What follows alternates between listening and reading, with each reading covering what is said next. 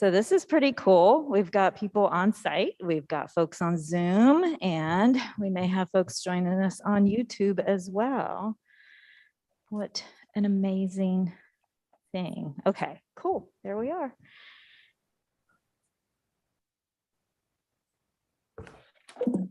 We are being live streamed now. What's up?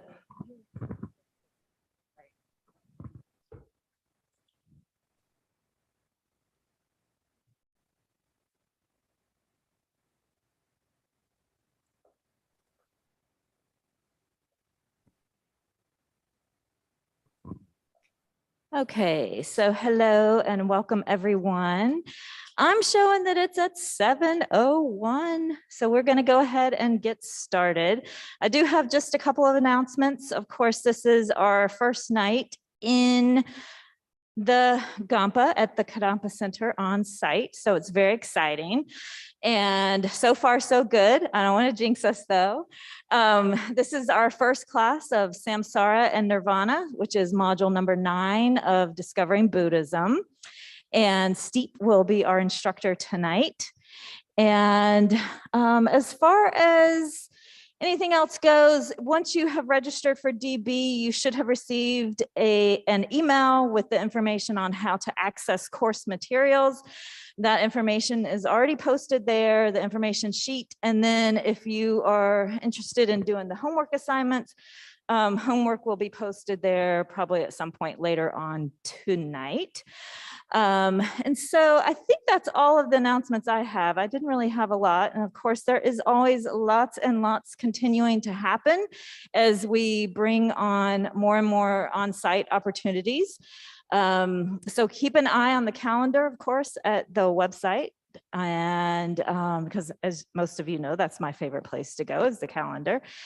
And I think Steep is ready. So I'm going to maybe turn it over to her in just a second. Yeah, are you ready? Okay, great.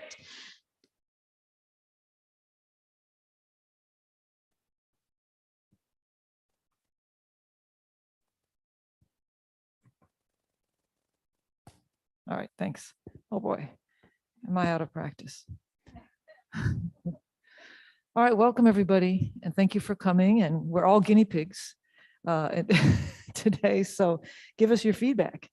Yeah, we have a very interesting module on Samsara and Nirvana. Who here it's your very first time coming to the Kadampa Center? Well, welcome, welcome.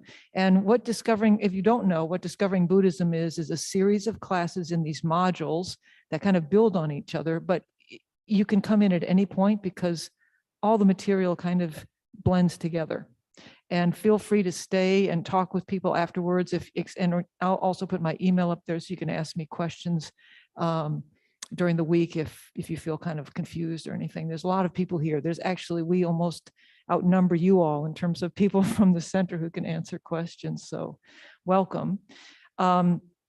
And some of you've been on this merry-go-round a couple of times, so you'll be great resources for people who are just stepping in.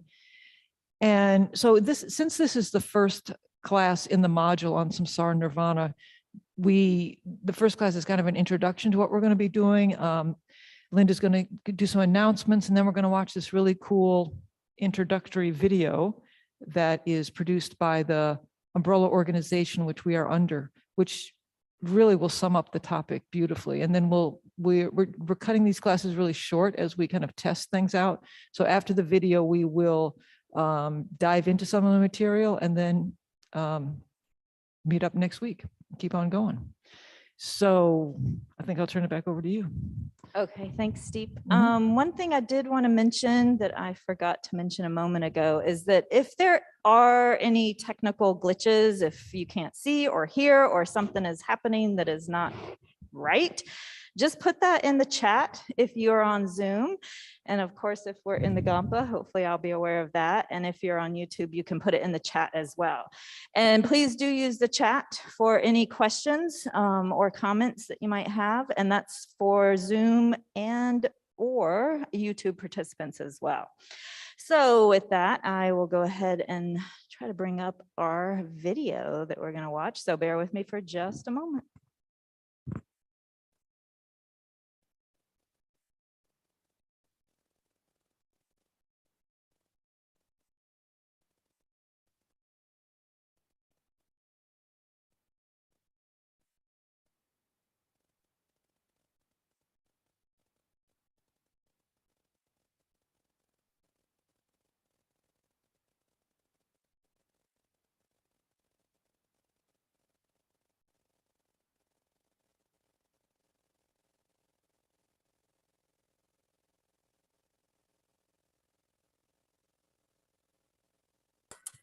No, it shouldn't. Okay.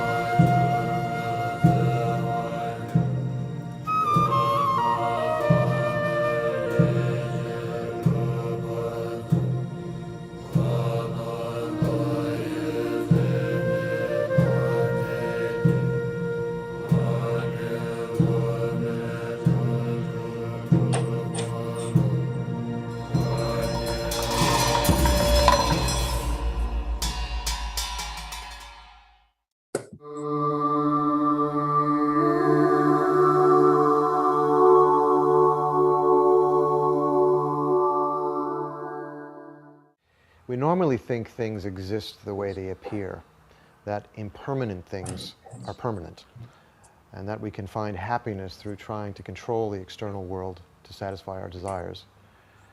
It's a pretty bleak situation, and it's called samsara. Samsara is the agitated, dissatisfied, and confused state of mind most of us experience all the time, which results in the uncontrolled cycle of birth, death, and rebirth. Just as there is dark and light, if there is samsara, then there is nirvana. And that's the state of complete mental peace. Nirvana is not an external heaven or a paradise, but rather it's a state of mind. It's totally free of all limitations and no longer controlled by destructive emotions. Join us in looking more deeply at samsara and how we're caught in it, and nirvana and how we are liberated by it.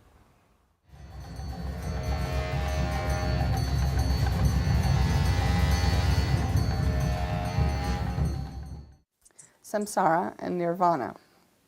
On the one hand, samsara, or cyclic existence, is suffering and its causes.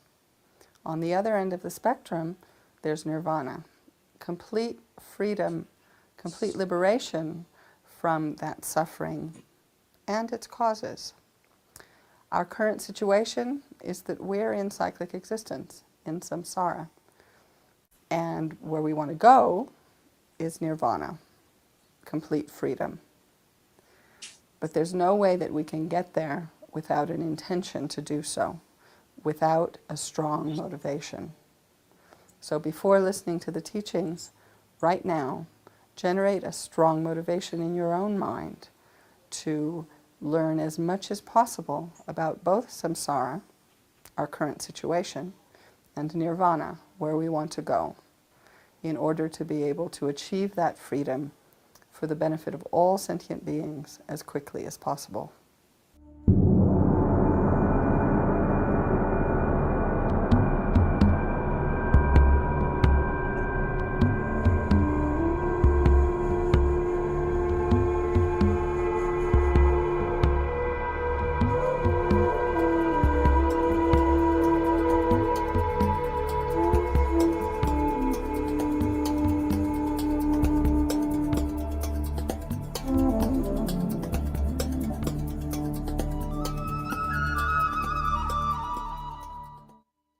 So maybe I'd like to explain a little bit more about,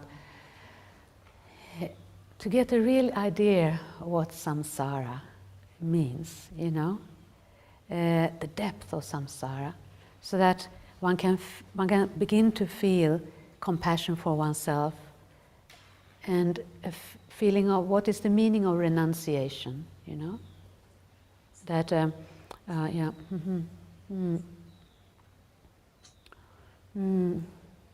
the thought renouncing samsara. So we first have to know exactly what samsara means to generate this wish to overcome samsara. So samsara, what it really means. And there is one explanation that includes, we call 3 levels, of suffering, 3 kinds of suffering.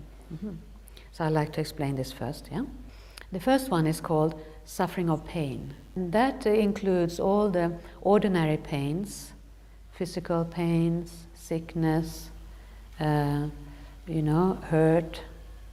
and our mental problems of suffering of separation, dissatisfaction, depression, anxiety, fear, worry. There's usually only that level of suffering that we are aware of, in our daily life, that we are trying to overcome. But samsaric suffering has much more to it than that, The second level of samsara we call the suffering of change. And the suffering of change is much more subtle and difficult to comprehend, It's all about how the pleasures that we seek in samsara, the temporary pleasures, are in fact all in the nature of suffering because they change into dissatisfaction and eventually pain. So we say, although we called it pleasure, in fact it's in the nature of suffering. Yeah, we give it the name pleasure, but somehow when we analyze it we can see eventually always turns into suffering or misery. The third kind of suffering that explains samsaric existence, is the we call all-pervading suffering, or pervasive suffering. Pervasive because it covers all of our existence, our body and our mind, is in the nature of this all-pervasive suffering. So everything within our ordinary body and mind is a product, of suffering and creates more suffering. So it's in the nature of suffering.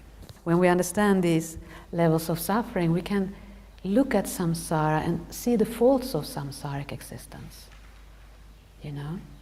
That there is nothing within samsaric existence that gives us satisfaction or happiness or is uncontaminated.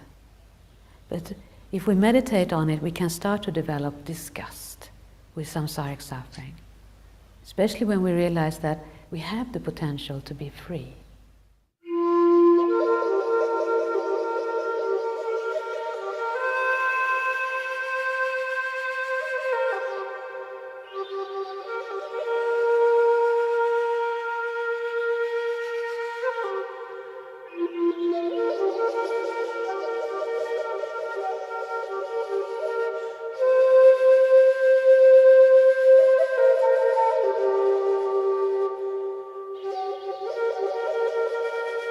So, for Buddhists, samsara is but a way of looking at the world that is associated with attachment and self-cherishing and the desire that things be as we wish them to be. And since this whole notion of the world being as we wish it to be, since our wanting the world to remain a certain way cannot be met, is always subject to failure, because the true nature of the world is impermanence and changingness all the time, those desires to keep it permanent will inevitably lead to suffering. The Buddha taught 4 noble truths. There is suffering. There is a cause of suffering. There's the cessation of suffering. There's a path leading to the cessation of suffering. The Buddha said from his own experience, after he had meditated 6 years and performed these incredibly rigorous meditations, he said, I've discovered this truth. There's suffering. And I've also discovered that it's possible to end it. And so after he had taught for 45 years in India, looking back on what he accomplished, he said, I've taught only two things, suffering and its end. Now, if you wanted to capture Buddhist doctrine as a whole, what you'd say and what you'd have to look at, and all that you'd have to look at, are those Four Noble Truths. Okay, so if we take them one by one now, there is suffering, dukkha, the Buddha said. He said, what constitutes suffering is almost anything we can imagine. Birth is suffering, death is suffering, aging is suffering, old age is suffering, pain, grief, lamentation is suffering. The second noble truth says there's a cause of suffering. There is desire, craving, and this is the most palpable cause of our suffering. But it's only the most palpable cause. We desire things to be permanent. We desire to get what we want. We desire to get away from what we don't want. And so that desire is one of the things that keeps samsara in motion. The root cause is our own ignorance about the way in which we exist and all other things exist. We try to hold on to something's being permanent that is by its nature impermanent. That leads to frustration. So ignorance is the basic cause of suffering. The optimistic part about Buddhism is that after showing us various methods for eliminating the cause of suffering, it offers, in the third noble truth, the end of suffering. And in Buddhist texts of the early school, that cessation is called Nirvana. In teachings of the so-called later school, that end is called Bodhi, or complete enlightenment. And this is the state that the Buddha himself attained. And attaining the cessation of suffering doesn't put someone in a different place, doesn't put them in a different body, doesn't put them in a different world. It changes their view. They give up the attachment to a self as a fixed, permanent existent. Changing that idea, giving up that idea, abandoning that idea, they find themselves with a new view of things. And that new view of the world is what Nirvana is.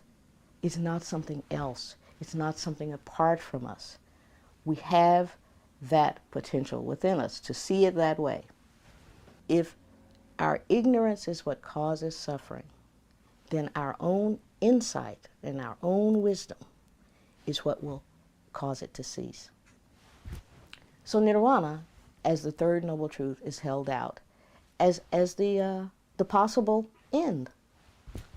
It is an end to suffering, and such a thing exists. The fourth noble truth says there is a path leading to the cessation of suffering. And that path provides a means for us to realize directly the end of suffering, so that you yourself can see, try it on, try the method on, see whether it's beneficial or not. And if it is, then keep practicing. Now, this puts the responsibility for our practicing all of these various paths, but primarily the responsibility for gaining insight right on our shoulders. It's not anywhere else. We have the ability to not only locate the cause, the root cause of suffering, but to eliminate it.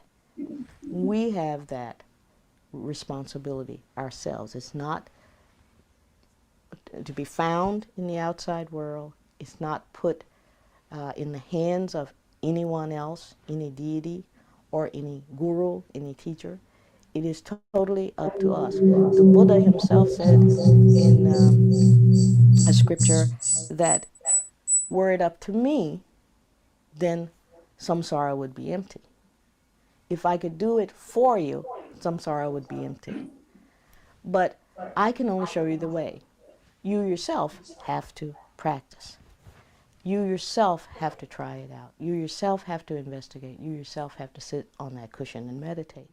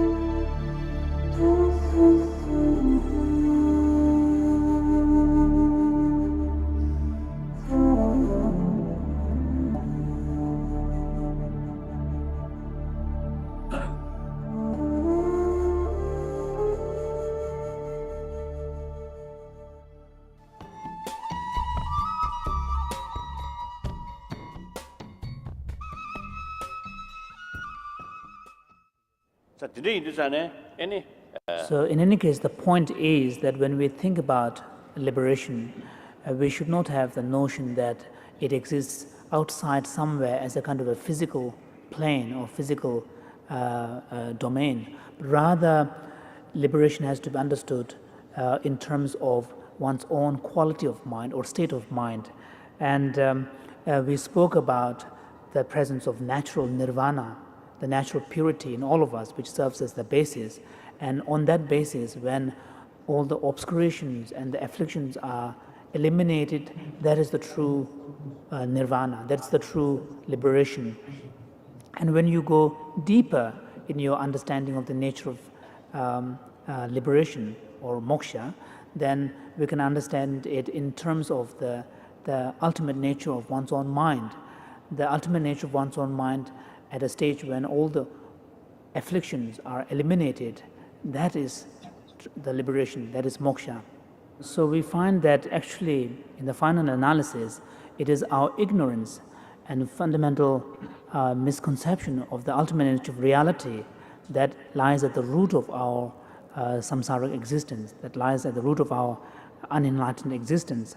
Therefore, if it is the ignorance and misconception of the fundamental nature of reality that creates the unenlightened existence, that means it is by cultivating the correct insight into the true nature of reality which will begin the process of undoing this unenlightened existence, which will begin the process of liberation. Therefore, as the Tibetan masters say, that when in ignorant state we are in samsara, when insight or when the knowledge is developed, generated, then we are liberated. So this samsara and nirvana is distinguished on the basis of whether we are in the state of ignorance or whether we are in the state of knowledge. And so what we find here is that the ultimate antidote for eliminating the fundamental ignorance, which is the root of cyclic existence, is the wisdom realizing emptiness, wisdom cognizing emptiness. And the emptiness, the ultimate nature of that mind, when all the obscurations have been eliminated, that emptiness of mind is that quality of mind is the nirvana. That's the final nirvana. So therefore, we can say that that which causes us to be caught in unenlightened existence relates to our ignorance of the fundamental nature of reality, emptiness. So from the Buddhist point of view, this will be explained in terms of, in the following way, that in the physical world, there is an ever-present continuum at the subtlemost level of a physical continuum. We spoke about this earlier, which is space particles. And then when it interacts, comes into contact with sentient beings' karma acts as a condition which then give rise to various permutations of the physical reality, so that eventually a macroscopic world comes into being that can actually have direct effect upon sentient beings' experience of pain and pleasure, happiness and suffering. So it is on these lines that the Buddhists would explain the whole evolution and dissolution of universe. This is very clear if you look at the traditional Buddhist teachings on the 12 links of dependent origination, which gives the picture of the process of evolution within the cycle of existence. We find that the individual's existence in cycle of samsara, unenlightened existence, is explained in terms of this 12 interlocking chain. And here it is very clear that there is no concept of there being some kind of central unifying figure, which is like the kind of the creator of everything, and then everything sort of revolves around it. Rather, the whole evolution is explained in terms of interlocking 12 sets of 12 chains.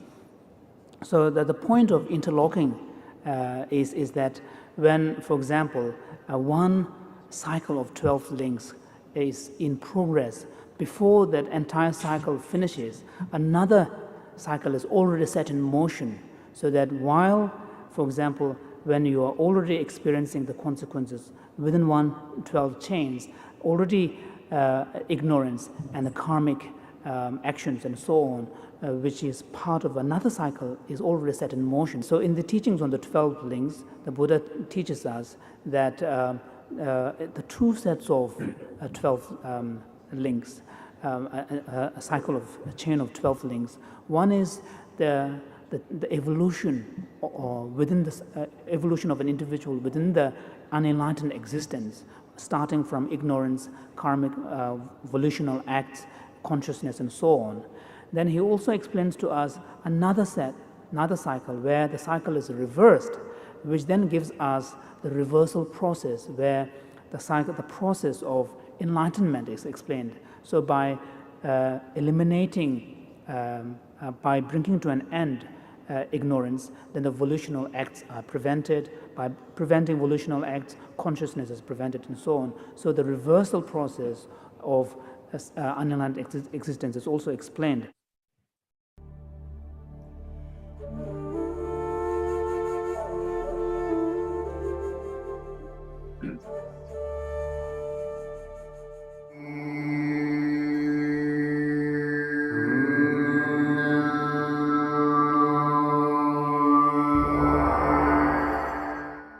So I think the 12 links is a fantastic teaching in terms of getting some fresh respect for the law of cause and effect. Because if you really think that each moment of ignorance is going to produce, or will possibly produce, a cause for one's next rebirth in samsara, that's pretty heavy. That's pretty scary. It's going to make, I found for myself that it definitely made me respect a little bit more my choices and my actions. And I think the other thing, of course, especially for Westerners, I think that the picture of the 12 links is kind of powerful because, of course, it all begins, you know, the picture with a little old, usually it's a little old lady or a little old man with their stick, you know, because they're blind. And I think that's very challenging because we like to think we're in control of our lives and that we're somehow this powerful, dynamic being walking through the landscape that we have chosen, making decisions, and, you know, we're in the driving seat, and we're kind of successful at that. And then you see this picture, you think, I'm not that, that's some Tibetan thing, you know. And then, of course, when you really think about ignorance and how it's essentially leading us by the nose into this mud of harming ourselves and others and continued dissatisfaction, then yeah, we are pretty much like the little blind old lady, you know, tottering towards a precipice, completely unknowing what her steps are leading towards. So I think that it's a very helpful image. But again, the 12 links can really help you to see that that actually is a direct benefit that you are giving yourself and a direct benefit that you're giving to others, because every moment that you're consciously choosing not to act out of strong ignorance is a moment towards your enlightenment and a moment therefore to be able to benefit others. And every moment you think of that, of course, loosens that sense of, I'm at the center of the world, you know, you exist for me. And it's like, well, no, I don't think that's true. And, you know, and actually I'm just, you know, existing independence upon other beings, independence upon causes and effects, independence, of course, upon this label, me. So I think that's another way in which we can really use the 12 links to give us not only a sort of a more enjoyable time in our daily life through remembering interdependence, but of course also, you know, trying to use that as a way to get closer to some understanding of selflessness and some, you know, because selflessness and interdependence are the two sides of the same coin, aren't they? So I think for all of those reasons, very helpful practice to try to reflect upon. In fact, I must do it more.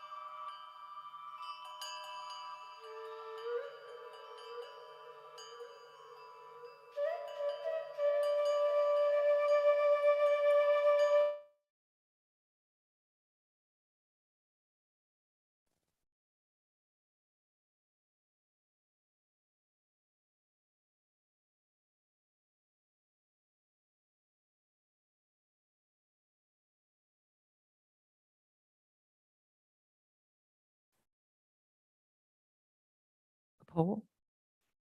Sure. Okay.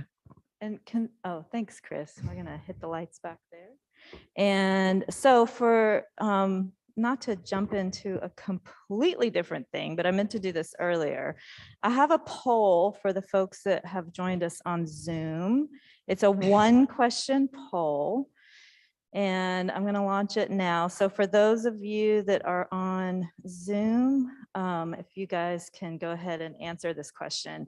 We just want to know, why Zoom? So please share your decision for participating remotely instead of on-site in person here at the Kadampa Center. And this is anonymous, so feel free to be honest. We just want to know. We could also ask you all, why are you here in person?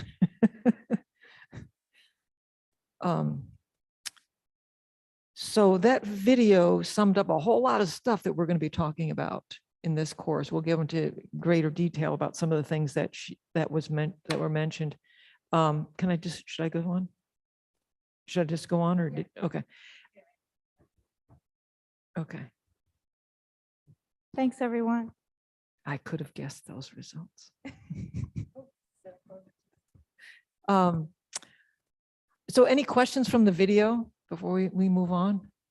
And I want to also at the end, I want to ask you if there's things that you definitely want to cover or questions that you have, because I can find answers. If I don't have them, I can ask Geshe-la for some help with things that you all definitely want to make sure we cover. So one of the things I wanted to say about Samsara and Nirvana, this module, it is common to what we call the second scope or the middle scope. So there's 3 scopes, really like a camera, of teachings in this tradition. And the small scope is just narrowed in. It's really the gateway. So that first, and to go to the greater scope, you have to incorporate these first 2 scopes, right? So there's no just like jumping over, because they're all included in the final one. But the small scope is really like if you were in prison and maybe you didn't know it. The prison cells are so nice, you know, but you want a nicer one. You'd like a nicer one. You'd like better food.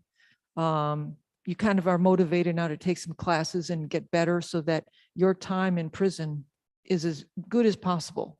There's nothing wrong with that. In fact, you need that. You need to have that desire to improve your lot. And so that's really the teachings in the first scope are about refuge, and we can talk about that later, but there's that whole set of teachings that's common to the first scope of improving and understanding your mind in order to improve your conditions. as you're cycling through samsara. Then the second scope is to get out of prison. Oh my God, I really want to get out of prison. You know, I'm glad I had these nice cells and the food was better and I learned a whole lot. And I really did improve myself. I got out of the gangs I was in. I got out of doing the things that were making my life miserable. I learned so much of what I was doing in prison that made it just hell. So then my prison life really improved. But now I really actually want to get out of prison. I see that I'm in prison. That's the second scope, is freeing of samsara, from the samsaric prison. So that's why the teachings and the meditations in this module are common to that second scope. And then the great scope includes the first two that we talked about. And I'm just giving you kind of almost like this cartoon character of what they are. But the great scope is the motivation and the teachings and the meditations on, I'm going to get out of prison so that I can figure out how to get everybody else out of prison. If I can get out of prison, I can, blaze a trail that other people can follow, or I will have more information to be able to turn around and hold the door for everybody else. So, but you couldn't have that third scope teachings or motivation if you didn't understand the first two. So I hope from this video, you also understood kind of what is samsara and what is nirvana. Did that become clear? Samsara is this whole cycle of existence that we just keep spinning around and uncontrollably going from a Buddhist perspective, lifetime after lifetime on this wheel of reincarnation, kind of going up, going down, going up, going down, but not getting out. And nirvana then is the liberation from that state. And so what they're kind of getting at, and we'll go into a lot more of this over the weeks, but the causes of staying on that merry-go-round is our own mind, our own kind of afflicted thoughts and our behavior and our misunderstanding keeps that wheel spinning. And so the liberation then is from that mind state. So just like, again, if I'm in prison, there's a lot that I can do to change some of that myself. One of the key things to that is renunciation. And this is a word that I think we have a lot of misunderstandings about in the West, because I don't know, what comes to your mind when you first hear the word renunciation? Just throw anything out, it doesn't have to be right. What are some of your first things that come into your mind? To give up everything. To give up everything. Anything else?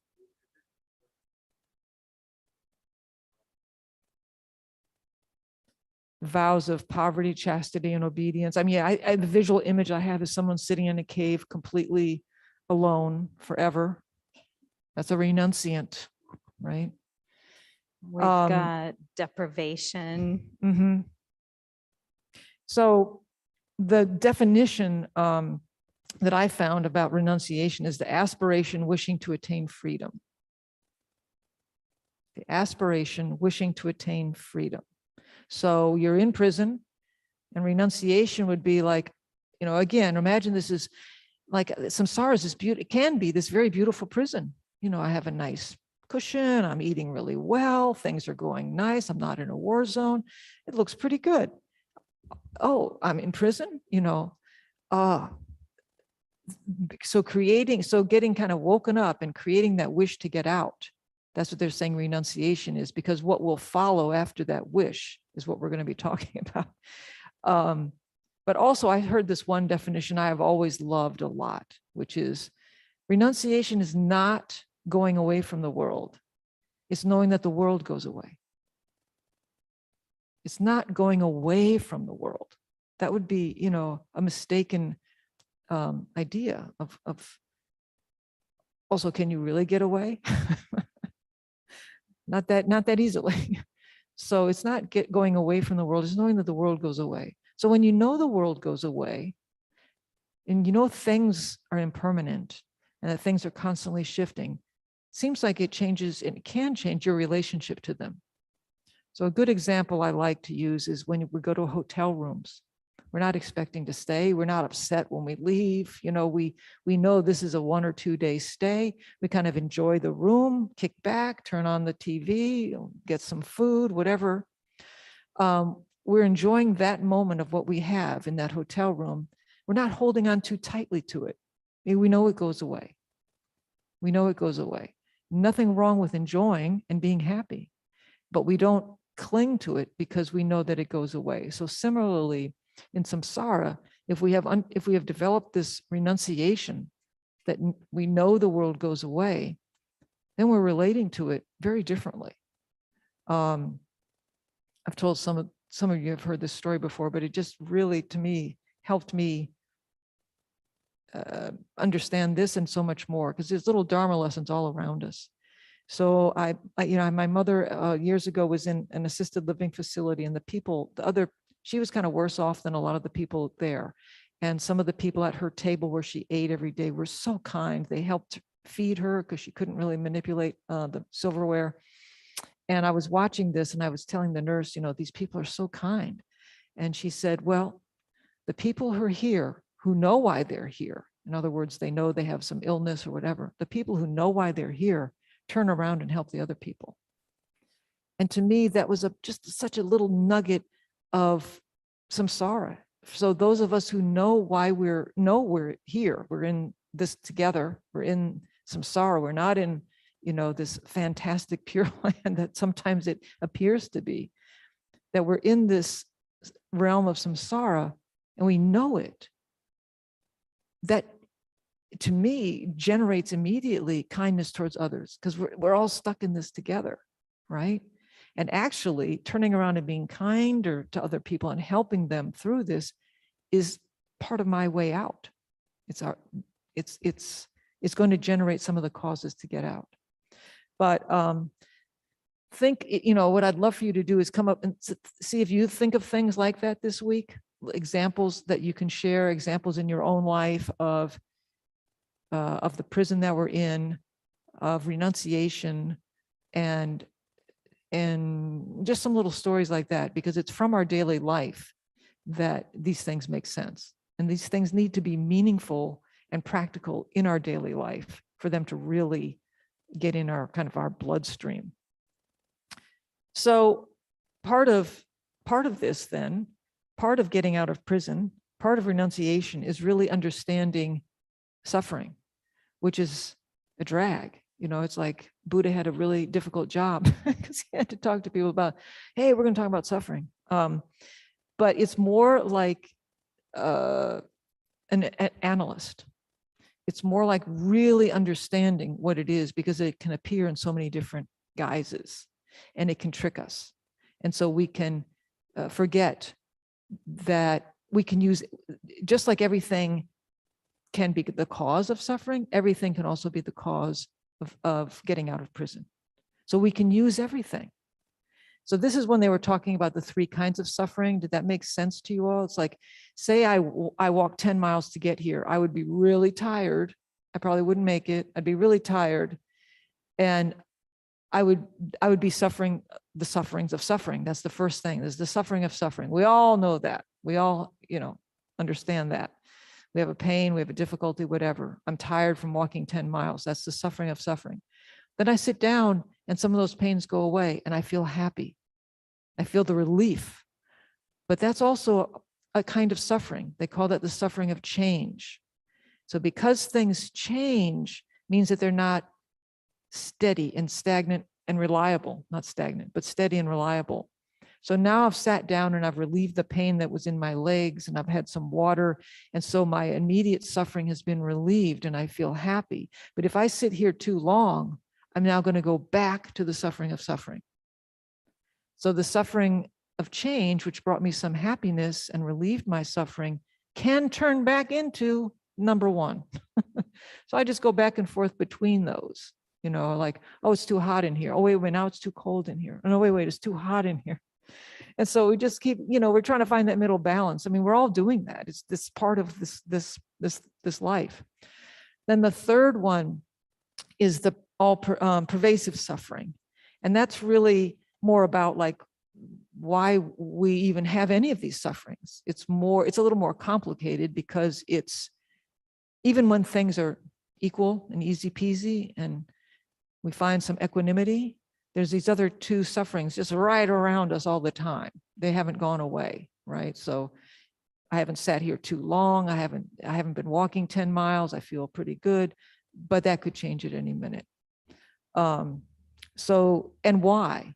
Because I'm in samsara. And why am I in samsara? And so it goes on and on like that. But basically, I have this, what we call aggregates. I have certain things that make me up so that we can say, this is me.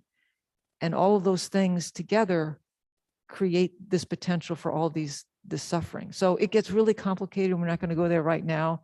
But all the stuff that we're going to be covering was in that video about the 12 links of dependent origination. How do we keep spinning through this? What are the things we can do to get out? There are real concrete things that we can do. It's doesn't have to be so esoteric.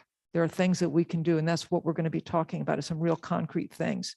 So you've all probably heard about the Four Noble Truths. And, you know, what I love about Buddhism is it's kind of like those accordion files. You know, you can open it, you can just hold it, and you can pull it all together and go, okay, I got my Four Noble Truths. Or you can open it up and keep on opening it and opening it and opening it and opening it, right? So this class is kind of, you know, it's compact, but so almost everything we're going to talk about are in some of these lists, especially the Four Noble Truths. And the first one is the noble truth of suffering. Go suffering. But just realizing we're in prison isn't enough. Just realizing we're in prison isn't enough. So you can see, suffering kind of got blurred there, which is not so bad. So then the second noble truth is the causes of suffering. Understanding the noble truth of the causes of suffering. Because it's if it was enough just to understand that suffering could be stopped, then why wouldn't we just jump to number 3? Oh, there's suffering, there's prison, there's a way out of prison. But the causes are going to lead you to the cessation. So I'm going to give you this example I was thinking of today on the way here. How many people have seen The Miracle Worker, about Helen Keller's life? Okay, yeah, we're kind of old, right? Watch it if you get a chance to watch it, right? How many people have, anybody not heard of Helen Keller? Okay, good. All right, so in this movie, you see her life and you see her breakthrough and the challenges her teacher had. And I'm going to show her in these Four Noble Truths. And the bulk of the movie is her understanding the first one, that, oh, I'm all alone, I can't communicate with anybody. That kind of suffering that she was experiencing, being cut off and isolated, she really didn't know, you know. So the whole movie is really that teacher breaking through to that understanding of that suffering. Then immediately after understanding that first noble truth was not the cause of her disability, but what's the cause of my isolation, of my disconnect from people, is I don't know the names of all these things. I can't communicate. That's the cause. And so then immediately upon that one, there was the understanding that that could be rectified, that could be changed, that cause of her isolation could cease, could end. And then the rest of her, we didn't go on in the movie, but then the next step was clearly the remedy that to be applied, the path that she needed to learn all these words. And so at the end, you see her asking everything. Now that she's understood there's a name for water, that's what the teacher starts trying to really drill into her, that this is water, there's a name for it. And she would sign it into her hand. And she slowly, it took a long time, began to understand what this teacher was trying to tell her, that this is water, it has a name. And so then once that whole breakthrough happened, which I'm just describing, then she immediately started touching everything and wanting names for them. And that was the path out of that suffering that I'm describing in this analogy. And so another way of looking at it is what is to be known, what is to be abandoned. So for her, what is to be known is that there are names for things. There's ways to communicate. She didn't know that. She was just in her own dark bubble, blindness, deafness, inability to communicate. So what is to be known for her was there's ways to communicate. There's names for things. So what is to be abandoned then? In her case, it was the ignorance of those names. What is to be experienced, right? The cessation of the problems. And then what's to be relied upon. There's lots of different ways of looking at it. But it's not enough just to not enough to just want to be free of problems. Most of us, we can get there, even though it's a lot harder. If you woke up in a prison cell every day, you would not have to generate the wish to get out. If you're in a war zone, you don't have to generate the wish for this to be over. But because when our lives are pretty comfortable, we often have to work hard to generate that wish. And that's okay. Generate it. But that's not enough. We have to understand then what's causing this? What's causing me to be in this realm that even if my life is really good, 70% of my life, chances are I'm going to come back to just continue. And it could be worse. I'm not guaranteed a better prison cell next time. I'm not guaranteed. Right now, I have really great conditions. I'm getting all these classes in my prison and really good food, and I have good conditions in my prison cell to take the next step. And so then the next step is to understand what's causing me to be here. And then the next step is to, try to get out, and what do I need to rely on to get out? And understanding the causes, like I gave with the Helen Keller, generates the next step. That's how I kind of understand this. And so that's why also that, in a lot of analogies, Buddha is considered like the doctor with the medicine, right? And the Dharma is the medicine. And all the Sangha are the nurses or the physician assistants. All right. We've gone over that and that. Okay, good. So some of the things we'll be doing in the class, in Tibetan Buddhism is famous for all these lists of things. And certainly when we're looking at Samsara and Nirvana, we're going to look at negative mind states that keep us here. Because one of the things you saw in the film is creating causes to change is in your hands. And what is it that we're changing? It's our mind state. It's our mind state. And it sounds easy. It's obviously not that easy, but I remember reading something Thich Nhat Hanh said, which is that, everybody, wants to stop the world and do all these kinds of amazing things in meditation. He said, what's the real miracle is changing your mood.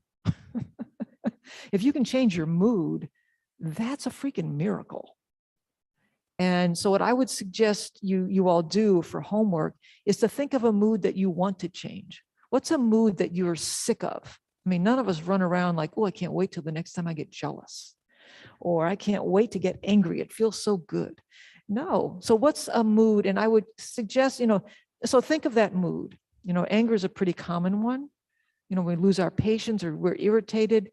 Think of a mood that you personally are tired of and that you would like to change. And then identify when you see the triggers for it, the small rumblings of it, not when it's at 10. Okay, we're not going to, we want, if I were to ask you what makes someone succeed in anything, think about that. What makes someone succeed in anything they're trying? I thought a lot about it because I work with as a mediator in very difficult disputes. And I try to break it down because I felt like the answer to that question is success. What makes somebody change is guaranteed success. If you were going to teach me piano, you would not start with something complicated. You would just help me understand how to play simple scale, where my fingers go. So when you're trying to change your mood, I want you to have guaranteed success, 100%. I don't want you to try the Super Bowl. I want you to just pick up a football and toss it in the air and catch it. So think of this mood that you want to change. Think of a time that you could definitely win. A really small example. So, you know, Geshe-la, when he first came to this country, he was giving us a teaching on patience. And what he was saying is, you know, we have to expand our patience the way that after you've been sick and your stomach has shrunk because you haven't eaten much, you know, you get so full so quickly. You can't just eat a large meal. You would have to slowly expand your stomach. So same thing with our ability to be patient. So we were meditating a lot on the advantages of patience and the disadvantages of anger or losing our patience. And I got so excited. I was like, oh, I can't wait to try and expand my patience. So that night, my dog woke me up to go out and pee. And, you know, first time, no problem. Second time, I was like getting a little annoyed. And I thought, oh, I was so excited. I was like, here's my chance to practice. And when I went outside with her, I was actually really thrilled because I knew that, like, if I lost my patience, it was going to make this whole thing worse. You know, she would pick up my vibe. I would have a harder time getting back to sleep. The event had already happened. She'd already woken me up, right? So I went out with a really calm mind state. I was just looking up at the stars and making wishes, walking back inside, and went back to sleep, no problem. So find a way like that. It's something achievable. And yeah, think of something achievable that you can do and take one step that you know you're going to have some guaranteed success. And then give yourself, like, what would be the second level? So even go in, say it's like you're going to go, you have to go to the post office. There's going to be a long line of people and we're all spread out all over the place. I think that's going to be my first place to try it, you know. And if you go into it knowing that, then it won't kind of sneak up and catch you by surprise. So you can build on that. That's what we want to do, is just build on these things. And you're the only one who can identify what it is that you want to change. You know, what are some mind states that you want to change? And so the negative mind states, the afflicted emotions that we're generally, the general categories of those, in case you're interested, are anger, attachment, which I like to think, when I say the word attachment, I change it in my head to grasping, because there are lots of positive attachments in this world. And because the way that we use it in the West a lot, you know, we talk about attachment theory and when children have a hard time attaching and so on and so forth. So I think it gets complicated. I just translate that in my head to grasping. That's the real problem, right? Pride, ignorance, like our blind spots. You know, what are our blind spots? And doubt, and they mean like really contaminated doubt, where, especially around ways out of prison, you know, you just have this real contaminated doubt. We'll talk more about that. But also wrong view. And wrong view, there's lots of different categories of wrong view, but in general, it would be the view that I exist just exactly how I imagine, that I'm this solid, separate entity that exists permanently. So we all have these things. So what we're going to do is kind of like chip away at some of them so that we can start to see what that looks like. What does it look like? And we're going to talk about the antidotes to that. What does it look like to apply the antidote to anger, which is patience, which is love? And so this is why it's hard to apply these things when they're full blown, right? It's easier to try to expand the antidotes, to try to expand your patience so that you have this counterweight to the side of us that has the anger. Does that make sense? So same thing with wrong view. It's easier to try to expand our understanding of what is reality. How do things exist, so that we can lean into that. We need to have bigger pockets of what we lean into rather than just trying to quash what we don't like. All right, so right on time. because we're ending at 8. Think about if any of y'all have questions, see your notes. Okay. Can you see the notes? People want to see the notes on Zoom. Or did you? I kind of, I said them. Sorry, Steve. I think that was for if this chat is up here, you can see what people Oh, are chatting. Okay. Yeah. All right. Sorry. I got to check that out more. That's okay. And If anybody needs to get in touch with me, I can't promise I'll write you back right away because I also work a lot, but especially if you're new and you're confused, my email address is steep, like a steep hill, Smith, that's all one word, steepsmith@gmail.com. And put in the title something about DB, that's Discovering Buddhism, so I can check that out. And so now we're going to dedicate the merit that we created. So the idea behind that is that, you know, the tools that we have to get out of the prison are our body, our speech, and our mind. That through our body, our speech, and our mind, we create energy, we create seeds for our future, and that by coming to class, by coming onto Zoom, we have created a lot of positive seeds by just trying to get our head around this. It took effort to come here today or to get on Zoom and participate. So take a minute to think about all that energy that you've created. And now you can actually, just like money, I mean, you created something, you can dedicate it. You can dedicate it to people in your life. So I would think, let's first dedicate it to whatever problems you're dealing with. Anything in your life that you're having a hard time with, start with yourself, be self-compassionate, and hope that these things that you're struggling with are easier. And then imagine people in your life that you know and care about, and how you would want them to be happier than they currently are and have less problems. And then think about people you don't know all around the world, all kinds of beings who are struggling with various problems, and how you would wish that they would be relieved of these problems. And then the more challenging one, to think of people that you don't care for too much, that you would wish that they would also be free of some of the negative mind states that we've been talking about. And ultimately dedicate this so that you can achieve the great scope that we were talking about, that you can find your way out of this samsaric existence in order to help everyone else do the same. Thank you. And hope to see you next week. Donna, do you have an announcement or something? No. Okay. forget I don't need to stand up. A quick announcement. So Geshe Sangpo, one of our resident monks here at the Kadampa Center, has written a book. We had a launch event last weekend. It is called Opening the Door to Happiness.